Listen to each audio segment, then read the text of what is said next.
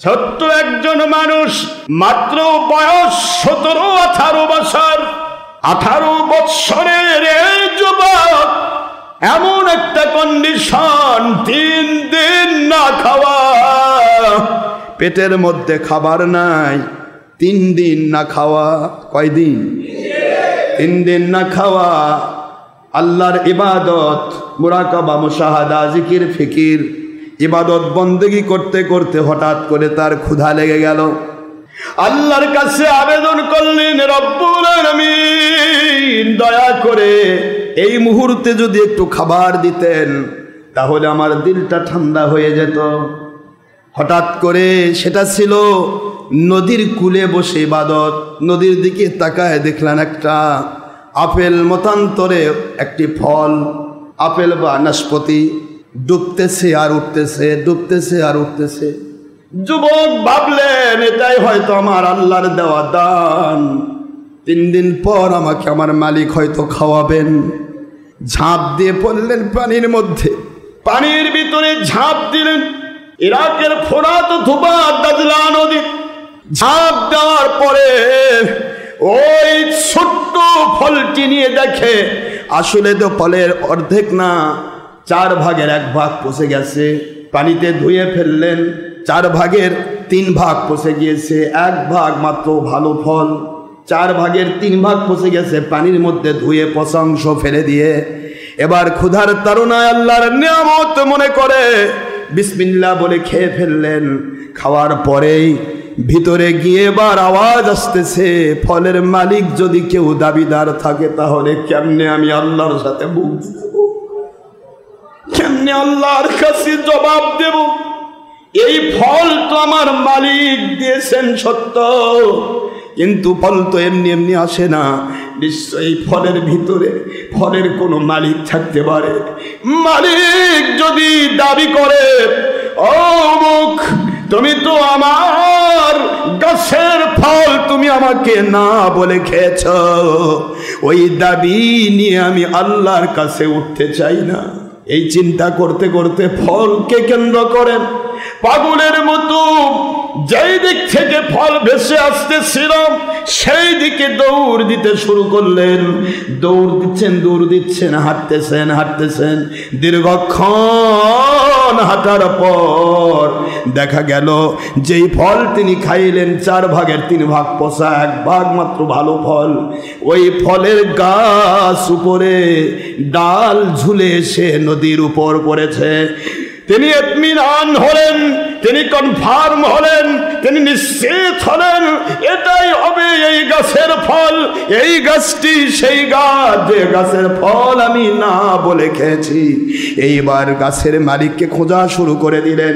খুঁজতে খুঁজতে বাগানের মাঝখানে গিয়ে দেখেন একজন অত্যন্ত নূরানি চেহারার মানুষ, আমার আল্লাহ পাক রব্বুল আলামিন ওনার জিকির ফিকিরে রত রয়েছে।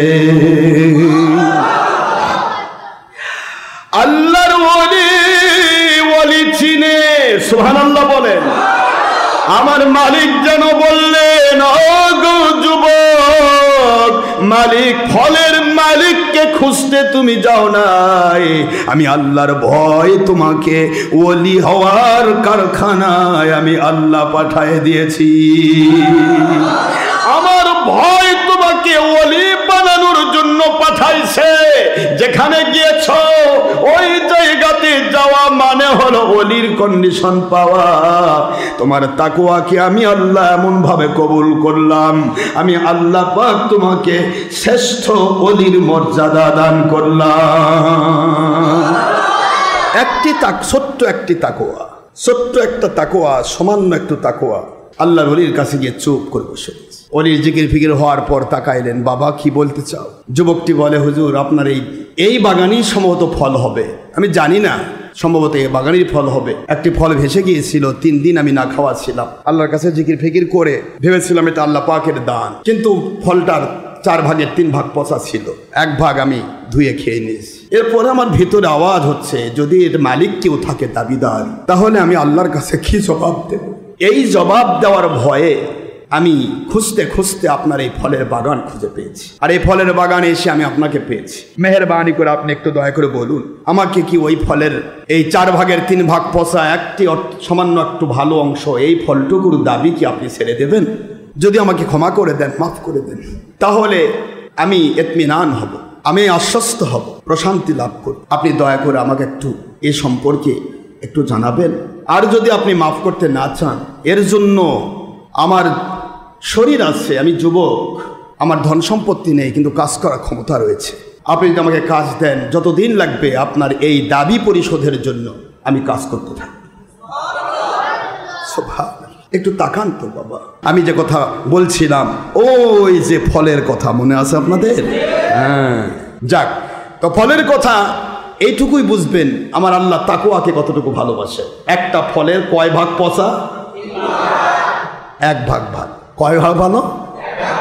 1 ভাগ ভালো ফল খেয়েছে। আহা, এইটুকুই তার ভিতরে হিট করছে যে আমি কি খাইলাম। যদি এটার দাবিদার কেউ থাকে, দাবি করলে কিয়ামতে আমি জবাব দেব কি? কথা বোঝেন নাই? তাকওয়া ওলির দরবারে গিয়েছে। হযরত আব্দুল্লাহ সাওমাই রহমাতুল্লাহ আলাইহি বলেন, বাবাজি, এই মুহূর্তে আমি আপনাকে বলতে চাই, এই বাগানের মালিক শুধু আমি নই, এ বাগানের মালিক আমার আহলি আরেকজন, তিনিও মালিক। তার কাছে একটু জানতে হবে তিনি কি আপনার ফল খাওয়ার অপরাধটা মাফ করবেন কিনা। সুবহানাল্লাহ। 4 ভাগের 3 ভাগ পচা, 1 ভাগ ভালো ফল, এইটার মালিকও 2 জন হয়ে গেল। কয়জন? 2 জন। স্বামী স্ত্রী 2 জন। স্বামীর সম্পদ হলে স্ত্রীর ভাগ আছে না নাই? আহা, খবরদার স্ত্রীকে বাদী মনে করবেন না, স্ত্রী কখনো স্বামীকে গোলাম মনে করবে না। 2 জন 2 জনের পোশাক, হুন্না লিবাসুল লাকুম ওয়া আনতুম লিবাসুল লাহুন, একজন আরেকজনের পোশাক। খবরদার স্ত্রীকে কষ্ট দেবেন না আব্বা। আবার স্ত্রীগণ, আমার আম্মারা, আপনারাও স্বামীকে কষ্ট দেবেন না। একসাথে জান্নাতে থাকবেন যদি আল্লাহকে খুশি করার জন্য স্বামী স্ত্রীর মহব্বত হয়। ইনশাআল্লাহ বলেন, একসাথে জান্নাতে থাকবেন। এই জন্য স্বামী স্ত্রী কেউ কাউকে কষ্ট দেবেন না। দেখেন আব্দুল্লাহ সাওমাই রহমতুল্লাহ আলাইহি তিনি বলতেছেন, আমার স্ত্রী আছে বাবা, এই জমি এটার মালিক, এর বিশাল বড় বাগান, তো কোটি টাকার সম্পদ। এই বাগান তো আমি একার না, এটা আমার স্ত্রীও আছে মালিক, তার কাছে যেতে হবে, শুনতে হবে সে কি মাফ করবে কিনা। ঠিক আছে হুজুর, আমি বসে রইলাম, আপনি যান, শুনে আসেন। অন্দর মহলে চলে গেল। অন্দর মহলে যাওয়ার পর আল্লাহর ওলি আব্দুল্লাহ সাওমাই রহমতুল্লাহ আলাইহি নিজের স্ত্রী উম্মুল খায়র ফাতিমা রহমতুল্লাহি আলাইহা, সুবহানাল্লাহ বলে, ওনার আম্মা জান তিনি হলেন আব্দুল্লাহ সাওমাই রহমতুল্লাহ আলাইহি, ওনার হলো স্ত্রী হযরতে ফাতিমা উম্মুল খায়র ফাতিমার আম্মা জান। তার কাছে তিনি গিয়ে বলতেছেন, ও আমার আহলিয়া, এই মুহূর্তে আমি এমনটি কোনোদিন দেখি নাই। এই ফলের বাগান থেকে কত ফল ভেসে গেল, কত ফল চুরি হয়ে গেল, কত মানুষ খাইলো, একদিনও তো কোনোদিন কাউকে দেখলাম না দাবি মা পাওয়ার আশায় আশা। ও আমার স্ত্রী, এ কোন মায়ের সন্তান, কোন বাবার কলিজা জোড়া সন্তান, কোন বাবার কলিজা জোড়ানো সন্তান, কোন রত্নগর্ভা মায়ের সন্তান। 4 ভাগে 3 ভাগ ফল পচা, 1 ভাগ ফল তা আবার নদীর মধ্যে ভেসে যাওয়া ফল খেয়ে নিয়া সেইটার দাবি পরিশোধ করার জন্য পাগলের মতো ছুটে ছুটে এসে আমার কাছে ক্ষমা চাই। এই সন্তানকে এর তাকওয়াই তো আল্লাহর ওলি বানিয়ে দিয়েছে। জোরে বলুন সুবহানাল্লাহ।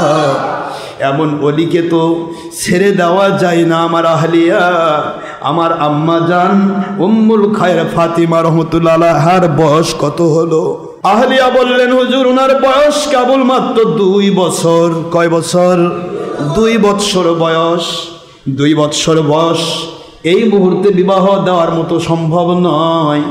তাহলে ছেলেটিকে আমাদের কাছে রেখে সোহবত দিয়ে তাকে পরিপূর্ণ আল্লাহর ওলি হওয়ার খেদমতে আমাদের সাথে রেখে দেই। সুবহানাল্লাহ। স্বামী স্ত্রী দুইজনে পরামর্শ হলো আল্লাহর ওলি আব্দুল্লাহ সৌমাই রহমতুল্লাহ আলাইহি চলে আসলেন। দেখেন ছেলেটি এখনো নতজানু হয়ে বসা।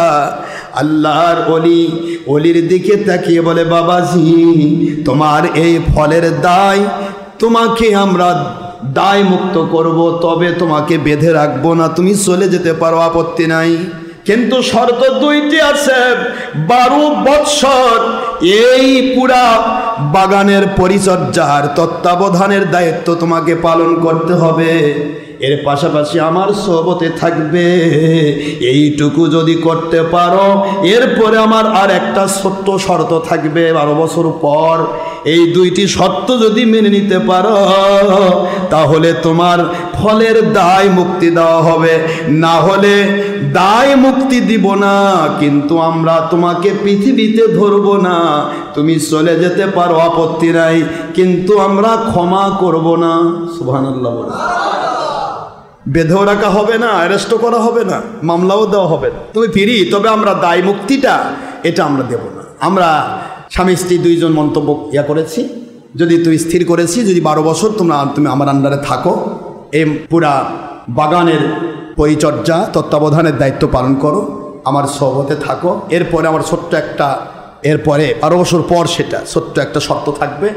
এই দুইটি শর্তে যদি তুমি রাজি হও, তাহলে আমরা তোমাকে এই ফলের দায় মুক্তি দেব। তো সুবহানাল্লাহ পড়বেন না? আমরা হলে কি করতাম, ধুর কত ফল খাইলাম। অলি তো অলির মতোই চিন্তা। এই অলির নাম কি? হযরতে মুসা জঙ্গি রহমতুল্লাহ আলাইহি। সুবহানাল্লাহ বলবেন না জোরে? এত বড় দরজার অলি তিনি হলেন আব্দুল কাদের জিলানী রহমতুল্লাহ আব্বা জান। এমনি অলি হয় না বাবা, এমনি অলি হওয়া যায় না। অলি হতে গেলে তাকওয়ার পূর্ণ জিন্দেগি লাগে, তাকওয়ার জিন্দেগি। আল্লাহর ওলি বলেন, হে আল্লাহর ওলি, আপনার সোহবতে 12 বছরের বেশিও যদি আপনি থাকতে বলতেন, 12 বছরের বেশি যদি আমাকে তত্ত্বাবধান পরিচর্যার দায়িত্ব দিতেন, তবু আমি থাকতাম, কিন্তু আমি ফলের দায় মুক্তি না নিয়ে বাড়িতে যাব না। কিয়ামতে আমি আল্লাহর কাছে ধরা দিতে পারবো না। সময় যাবে আমার আল্লাহর দেওয়ার সময়, আল্লাহ পাকের কাছে আমি আল্লাহর দেওয়ার সময় দিয়ে দেব। 12 বছর আমি দিয়ে দেব, আপত্তি নাই, কিন্তু আমাকে ফলের দায় মুক্তি দিতে হবে। আল্লাহর ওলি বলেন, ঠিক আছে থেকে যাও, আমার মালিক যেহেতু তাকে সোহবতে দিলেন, কুনু মা'আস সাদিকিন, সত্যবাদী আল্লাহর ওলিদের সাথী হয়ে যাও। শুধু তাকওয়া দিয়ে ওলি হয় না, ওলি হইলেও সেটা মজবুত রাখতে গেলে, সেভ করতে হলে, শয়তানি ধোঁকা থেকে বাঁচতে হলে কোন অলির সোহবত লাগে। আমার মালিক বলে, ওলি মুসা জঙ্গি রহমতুল্লাহ আলাইহি, তোমাকে পাঠাইলাম আমি অলির দরবারে সোহবত হাসিল করার জন্য। একদিকে তাকওয়া দিয়ে আমার ওলি, এই তাকওয়া দিয়ে তুমি তো এক বাগানের পরিচর্যাকারী হতে যাও নাই। আমি আল্লাহ তোমাকে বিশ্বের শ্রেষ্ঠ সুন্দরী দেবিয়া করায়া, বাগানের কোটি কোটি টাকার মালিক বানায়া, আমি দুনিয়াতে আমি ওলির মর্যাদা দিতে চাই এবং ওলি সন্তানের বাবা বানাতে চাই। তাকওয়া ছাড়া তো কোনোদিন ওলি হওয়া যায় না। ওলি হতে গেলে তাকওয়া লাগে, ঠিক না? ঠিক বলে আল্লাহর ওলি থেকে গেলেন 12 বছর। 12 বছর থাকার পর এইবার বলেন, হুজুর 12 বছর তো হয়ে গেল, মেয়েটির বয়স হলো 14 বছর। কত হইল? 14 বছর বয়স হয়ে গেল। এবার আল্লাহর ওলি বলে, বাবা সব কমপ্লিট, আর সমস্যা নেই, তবে আমার বাড়িতে আমি যেহেতু বলেছিলাম আমার একটা শর্ত আমার থাকবে, আমার দায় নাই, দায়িত্ব নাই, শুধু একটি মাত্র, কিয়ামতে আমরা এই ফলের দায় মুক্তি দেব একটি শর্তে। আমার একজন অত্যন্ত কুৎসিত কদাকার মেয়ে রয়েছে, আমার কদাকার কুৎসিত মেয়ে, আমার কানা অন্ধ মেয়ে, আমার লুলা হাত ছাড়া মেয়ে, আমার খোড়া পা ছাড়া মেয়ে, এমন একটা মেয়ে আছে বাবা আমার আল্লাহ দিয়েছেন। এই মেয়েটিকে তুমি বিয়ে করবে, এইটা যদি করতে পারো, 12 বছরের এতটুকু কষ্ট করেছ, আমার ওই ফলের দায় আমরা মুক্তি দেব, নয়তো ওই ফলের দায় আমরা ছাড়বো না। তোমাকে আমরা বেঁধে রাখবো না, তোমাকে আমরা এখানে ধরে রাখবো না, চলে যেতে পারো তুমি, কিন্তু ফলের দায় মুক্তি দেব না। ছেলেটি মনে মনে ভাবে, আল্লাহ এমন এক মেয়ে অসুন্দর, তাতে আমার কষ্ট হবে না, কিন্তু পা নাই, পা নেই, হাঁটতে পারবে না, হাত নেই, ধরতে পারবে না, লুলা কানা, অন্ধ দেখতে পায় না, তারপরে বয়রা শুনতে পায় না। এমন মেয়েকে বিয়ে করার অর্থ, একজন ছেলে একটা মেয়েকে বিয়ে করে তার কাছ থেকে কিছু সাহায্য সহযোগিতা নেওয়ার জন্য সে তার স্বামীর খেদমত করবে, স্বামীকে একটু মহব্বত করবে, স্বামীর যাবতীয় ক্ষেত্রে সহায়তা করবে। এটা তো নয় গো আল্লাহ, বরং তাকে আমার সাহায্য করতে হবে, তাকে আমাকে খাওয়াই দিতে হবে, তাকে রান্না করে দিতে হবে, তাকে আমাকে ধরে ধরে পেশাব পায়খানা করাতে হবে, যেহেতু পা নেই, যেহেতু তার হাত নেই, মুখ দিয়ে খাওয়া দিতে হবে। কুৎসিত কদাকার হলে সমস্যা ছিল না, এত কিছু চোখেও দেখে না, কানেও শোনে না, এমন ধরনের একটা সন্তান আপনি মালিক হয়ে যদি এই সুন্দর, এই নূরের আলোময় একজন অলির ঘরে এমন সন্তান যদি দিতে পারেন, কানা, বধির এবং লুলা, কুৎসিত দিতে পারেন, আমি মুসা জঙ্গি বিয়ে করতে পারবো না কেন? আমি ওইটাকে বিয়ে করব, আমার জীবনের সর্বস্ব দিয়ে আমি তাকে, আমার জীবনের সর্বস্ব দিয়ে আমি তাকে সহায়তা করব। তারপরেও আমি আমার এই ফলের দায় নিয়ে জাহান্নামে যেতে রাজি নই। মালিকের কাছে নিয়ত হয়ে গেল। আল্লাহর ওলির দিকে তাকিয়ে বলে, আল্লাহর ওলি, এই মুহূর্তে আমি আপনাকে বলতে চাই, আপনি তো শর্ত দিয়েছেন 12 বছর, সেটা পার হয়ে গেছে, এবার শর্ত দিলেন যেটা, সেটাও গ্রহণ করলাম, বিবাহের ব্যবস্থা করুন।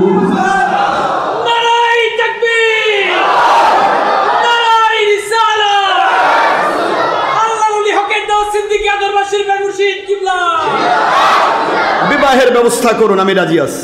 বহুত বড় ঘটনা। আল্লাহর ওলি এবার বাসর ঘরে পাঠানো হলো।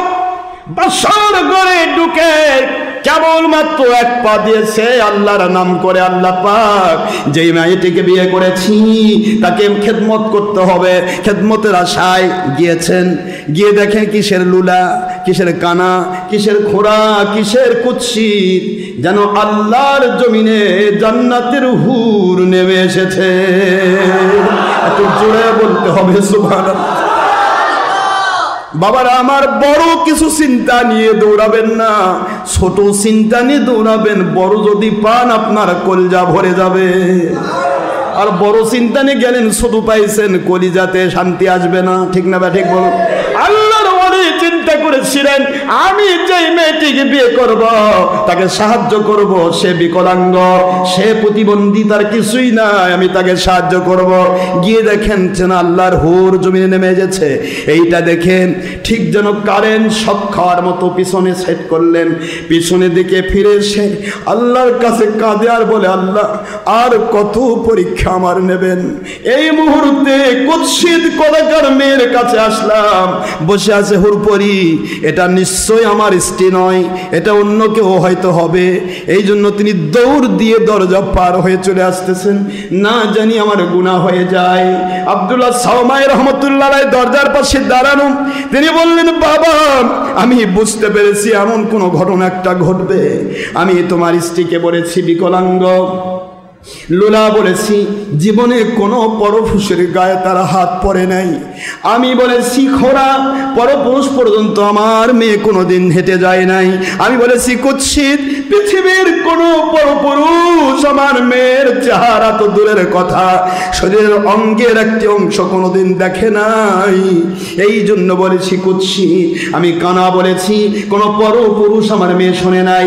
2 বছর বয়সে আমি তোমার জন্য মেয়েকে সেটিং করেছি, 12 বছর পর বিয়ে দিলাম।